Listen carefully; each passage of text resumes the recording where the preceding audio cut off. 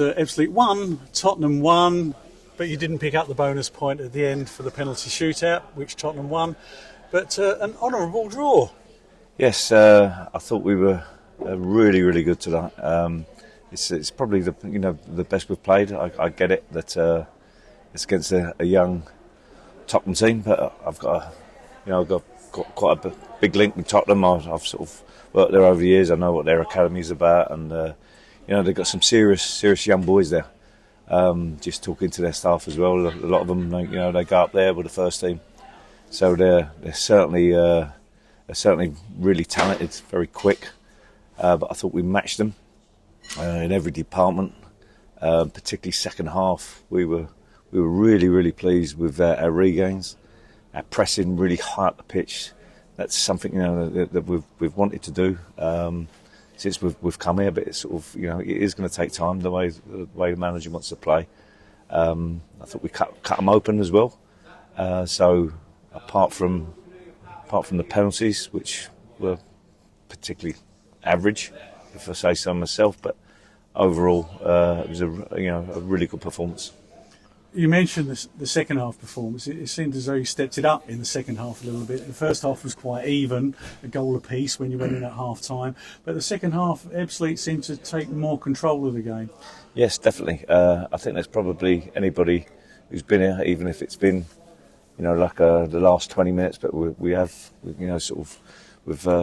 found it easier to pass the ball about. But right from the off, come out second half, managers sort of got tucked into them at half time. Said if we really take the game to them, we'll open them up, and that's what we did. I thought our passing was crisp, the speed of ball was really good, our running off the ball. I thought we were good for the win. Really unlucky towards the end. We were piling the pressure on. We had a couple of corners which we expected to dominate. But Louis, really, he's got a good head to it. Keeper's made a good save and palmed it away. So it was disappointing that we didn't get the win. You mentioned about the pace at which you were moving the ball forward.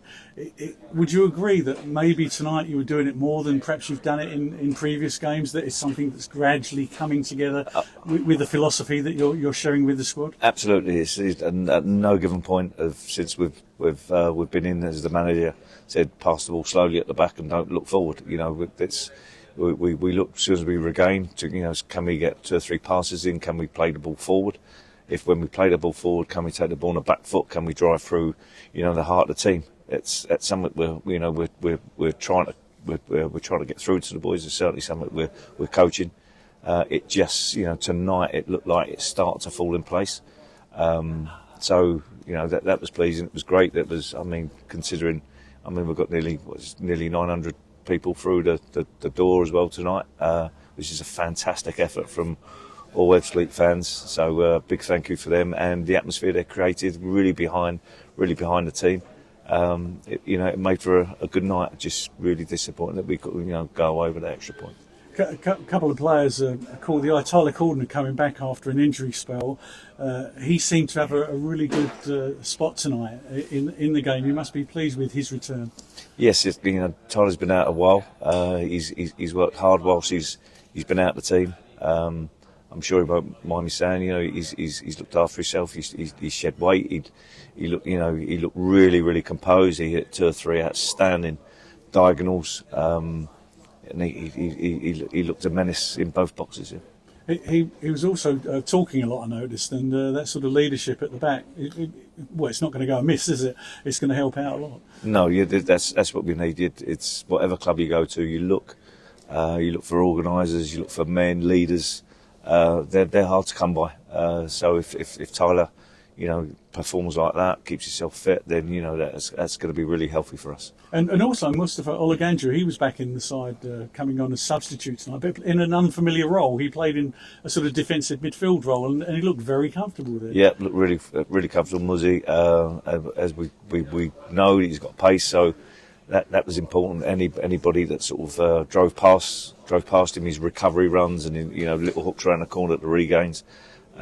He done really well, and his passing was was snappy. Again, the speed of pass, it got us on the front foot. So he is another one who's done well. So you've come out of the game, okay, you got the draw, didn't get the bonus point, fair enough, but you've got lots of pluses in terms of individual player performances and the way the group performed as well, that it gives you something to work on the next 10 days before your next league game. Yeah, well, it's been planned. The manager's been in. We all know exactly, the players know exactly what we're doing over these next few days. We're going to get some serious mileage into them. We're looking at a mini pre-season. So the players who didn't play today have been in this morning, and they really got it. Really got it. Everybody's in tomorrow for a recovery, but we're going to put more mileage on them in the gym, on the bikes. And then we're going to, they know that there's going to be some seriously hard work Thursday, Friday, Saturday. And then we're going to hit them again Monday, Tuesday. And then we'll probably just taper it down so they're nice and fresh for the weekend. But there's a mini pre-season going on, which we think is an absolute necessity that we need to get into the players, but because we think we need more legs and energy. And you're a former Tottenham player.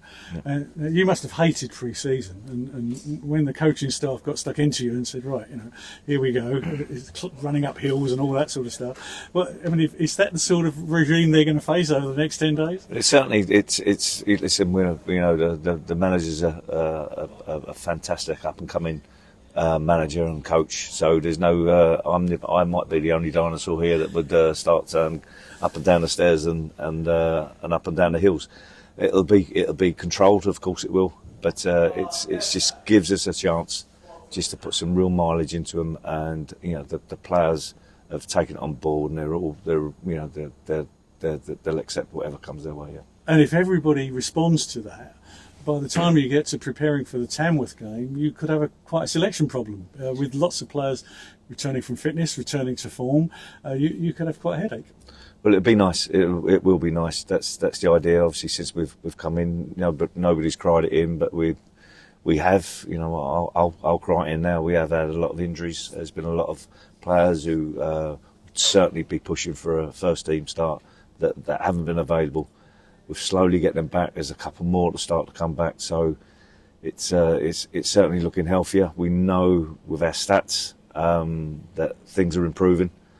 And we're pushing. It certainly won't be for lack of hard work and organisation. You talk about the stats, but you can see it with your eyes tonight that things are improving too. Yes, as I said, I think everybody's seen it, and has said another well done to the 900 people that came out tonight and got behind the team. Well, good luck during your pre-season over the next 10 days, and good luck when you go up to Tamworth next weekend. No, thank you so much. Yeah, thanks, cheers. David. Thank you. Cheers.